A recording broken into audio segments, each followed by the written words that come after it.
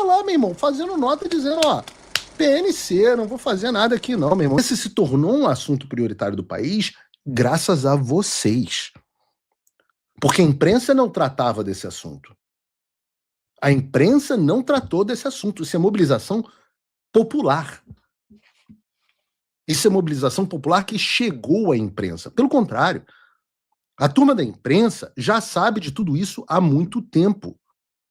Já sabem das putarias dos ministros nos escritórios de advocacia. E eles não estavam nem aí. Por quê? Porque o STF estava servindo ao objetivo central deles, que não tem nada a ver com moralidade, não tem nada a ver com fazer bom jornalismo, não tem nada a ver com nada além de retirar a direita do poder. E muitos agem por vontade ideológica, por ódio, etc. Outros agem porque estão inseridos. A gente mostrou isso, financeiramente inseridos dentro do que a gente chama de sistema. Essa Polícia Federal, que agora reclama do excesso de poder do Toffoli, foi a mesma que seguiu cegamente todas as ordens ilegais do Alexandre de Moraes. Só que agora o Bolsonaro está na cadeia. E todo mundo quer virar a chave e voltar com a história de moralidade, combate à corrupção. É como aquele editorial do Estadão que nós trouxemos aqui ao programa há algumas semanas. Os caras do Estadão falam. Tá aí, ó, que bom. Os caras falam que fazer tudo o que eles fizeram naquela época estava tudo bem porque a democracia estava ameaçada. E aí as medidas excepcionais eram justificadas. Ameaçadas por um cara que nunca absolutamente fez nada contra a imprensa, que nunca fez nada contra nenhuma instituição, protegidas supostamente pelo cara que estava passando por cima da lei. Há um componente de burrice nisso. Não tem dúvidas, eu conheço algumas dessas pessoas. As pessoas que escrevem editoriais do Estadão, de um modo geral, são as pessoas mais imbecis que você pode conhecer. Você conversa com essas pessoas. Eu estava conversando com uma hoje. E eu falei para ela: você é uma das pessoas mais imbecis que eu já conheci. Porque de fato são. Os argumentos são absolutamente assim, não se sustentam 2 segundos.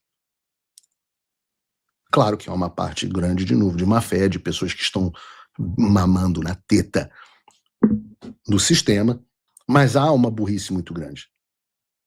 Seja como for, agora, o sistema, os idiotas ideológicos, etc., eles já tiraram o Bolsonaro do poder.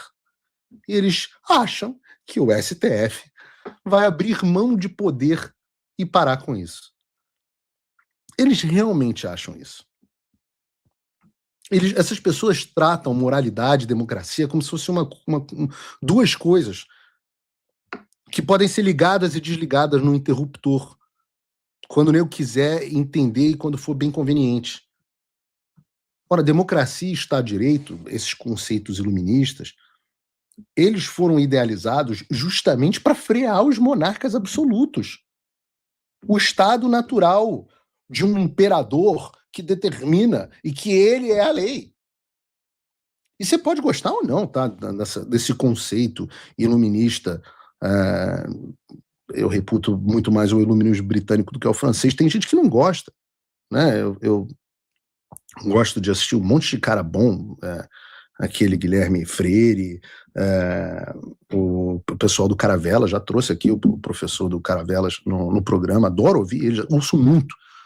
Mas as pessoas não gostam dessas ideias iluministas, acham que foram retrocessos. Eu não, eu tenho uma veia liberal muito forte e acho que as ideias iluministas foram avanços que trouxeram uma sociedade próspera.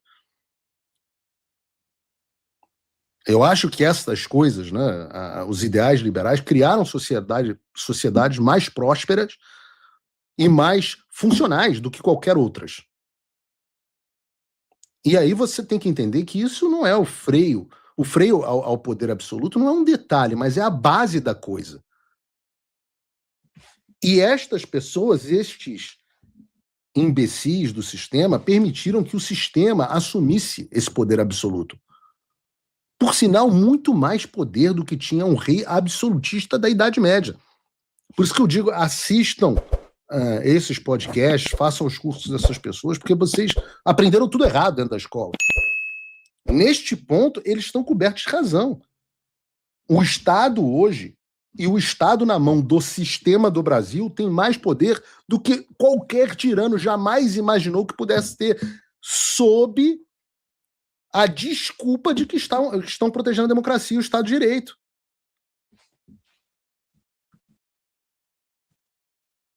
E eu estou falando que do sistema, né?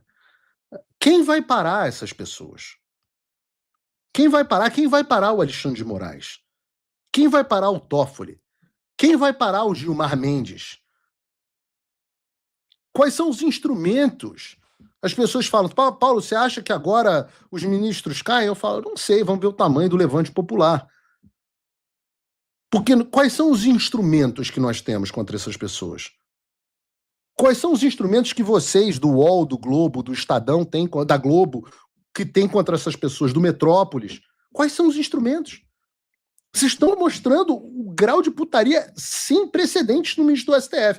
E ele tá lá, meu irmão, fazendo nota dizendo, ó, PNC, não vou fazer nada aqui não, meu irmão. Inclusive a Polícia Federal, que aparentemente no inquérito, em todos os inquéritos do Alexandre de Moraes, tinha prerrogativa de participar do processo em tudo.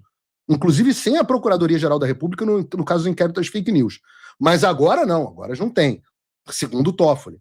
Claro, por quê? Porque não vale a lei. Ele é a lei, porra.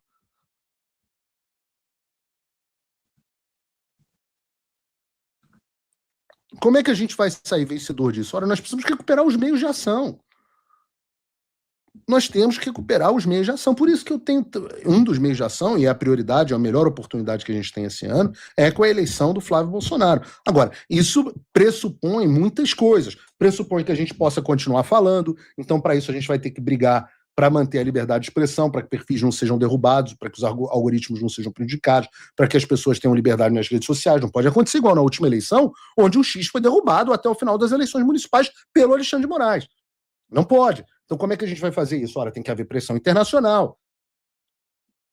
Tem que haver pressão de bastidores. O Alexandre hoje já tem o fiofó desse tamanho, porque sentiu a dor da Magnitsky, embora muita gente tenha dito, não, o Alexandre está tranquilo. Está tranquilo é o cacete. Tanto que ele moveu todos os mundos e fundos, inclusive ameaçou muita gente, para conseguir retirar a Magnitsky. E agora ele tem medo de que ela volte. Tem pavor que ela volte.